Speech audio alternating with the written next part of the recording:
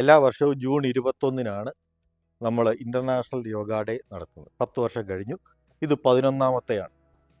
2014 UN വെച്ച് നമ്മുടെ ബഹുമാന്യനായ പ്രധാനമന്ത്രി നരേന്ദ്രമോദിജിയാണ് ഈ യോഗ ഇൻ്റർനാഷണലി സെലിബ്രേറ്റ് ചെയ്യണം, യോഗ വളരെ ഉത്തമമായ ഒരു പ്രവൃത്തിയാണ്, ഭാരതീയ സംസ്കാരത്തിന് ലോകം നൽകുന്ന ഒരു അംഗീകാരമാണ് ഈ അന്താരാഷ്ട്ര യോഗ ദിനം.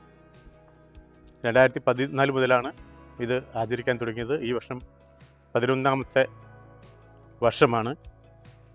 യോഗ എന്ന് പറഞ്ഞാൽ വെറുമൊരു വ്യായാമ മുറയല്ല. ഇത്തവണത്തെ നമ്മുടെ തീം തന്നെ ഏക ലോകം ഏക ആരോഗ്യം എന്നുള്ളതാണ്. അത് ആ തീമിൽ തന്നെ അതിൻ്റെ പ്രസക്തിയുണ്ട്. കാരണം ലോകത്തിൻ്റെ മുഴുവൻ ആരോഗ്യത്തിൻ്റെ സമഗ്രതയിലേക്കാണ് അത് നമ്മളെ എത്തിക്കേണ്ടി വരിക.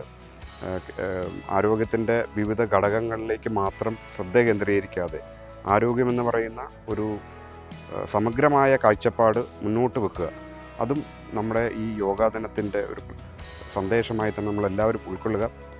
എല്ലാവരും വിചാരിച്ചിരിക്കുന്നത് നമുക്ക് ഈ ശരീരം മാത്രമേ ഉള്ളൂ, നമുക്ക് 7 തലങ്ങൾ മിനിമം നമ്മുടെ പ്രകൃതിയുടെ താളത്തിൽ വന്നാലേ ഒരു മനുഷ്യൻ എപ്പോഴും സമാധാനത്തിലും സന്തോഷത്തിലും ആരോഗ്യത്തിലും സംതൃപ്തിയിലും ജീവിക്കുകയുള്ളൂ.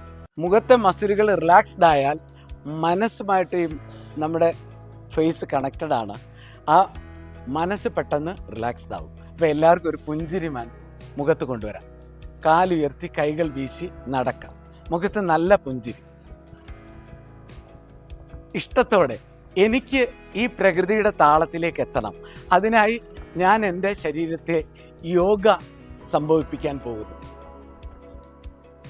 ഇരു കൈപ്പത്തികളും തോളിനിരുവശം നെഞ്ചോട് ചേർത്ത് കൊണ്ടൊന്ന് കമഴ്ത്തി വയ്ക്കാം. ശ്വാസമെടുത്ത് തലയുയർത്താം, നെഞ്ചുയർത്താം, വയർഭാഗം വരെ ഉയർത്താം. അടിവയർ തറയെ തട്ടിയിരിക്കട്ടെ. മുഖത്ത് നല്ല പുഞ്ചിരിയോടെ മുകളിലേക്ക് നോക്കി ആഴത്തിൽ ശ്വസിക്കാം. Cobra poster. ശ്വാസം എടുത്തുകൊണ്ട് തലയുയർത്താം, ഇരു കാലുകൾ ഉയർത്താം, ഇരു കൈകൾ ഉയർത്താം. വിപരീത ശലഭാസം. കാൽമുട്ട് മടങ്ങരുത്, കൈമുട്ടുകൾ മടങ്ങരുത്. ആഴത്തിൽ ശ്വാസം എടുക്കുകയും വിടുകയും ചെയ്യും. വിപരീത ശലഭാസം. ആഴമേറിയതും ദൈർഘ്യമേറിയതുമായ ശ്വാസം. ശ്വാസം എടുത്ത് തലയുയർത്താം, ഇരു കാലുകൾ ഉയർത്താം, ഇരു കൈപ്പത്തി ഉയർത്താം.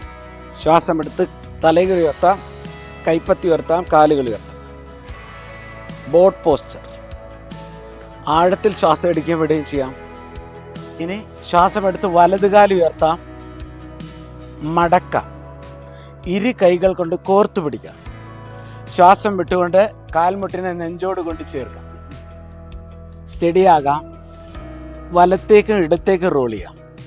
നമ്മുടെ വലതുവശം ഇടതുവശം റോൾ ചെയ്യാം. ഇപ്പോൾ നമ്മൾ ചെയ്യാൻ പോകുന്നത് കപാൽഭാതി എന്ന പ്രാണായാമമാണ്.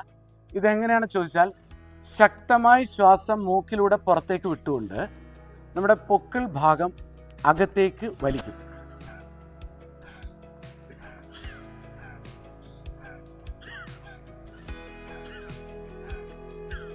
വിശ്രമിക്കാം, വിശ്രമിക്കാം.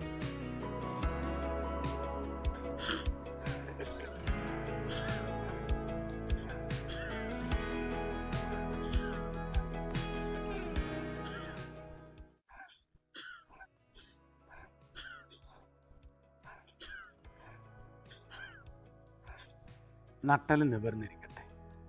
ഇനി നിർദ്ദേശം കിട്ടാതെ ആരും കണ്ണുകൾ തുറക്കരുത്.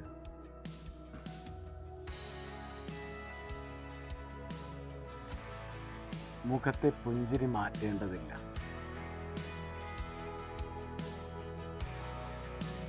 വലത് കാൽപാദത്തിലെ എല്ലാ വിരലുകളും ശ്രദ്ധിക്കാം. വലത് കാൽപാദം പൂർണ്ണമായി ശ്രദ്ധിക്കാം. ദീർഘമായ ശ്വാസം ഉള്ളിലേക്ക്, അനുഭവത്തിലേക്ക് ശ്രദ്ധ കൊണ്ടുവരാം.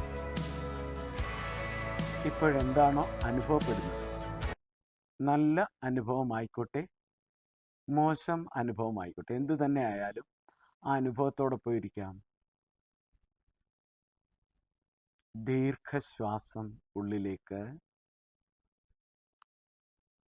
സാവധാനം പുറത്തേക്ക്. എല്ലാവർക്കും യോഗ ചെയ്യാൻ കഴിയട്ടെ.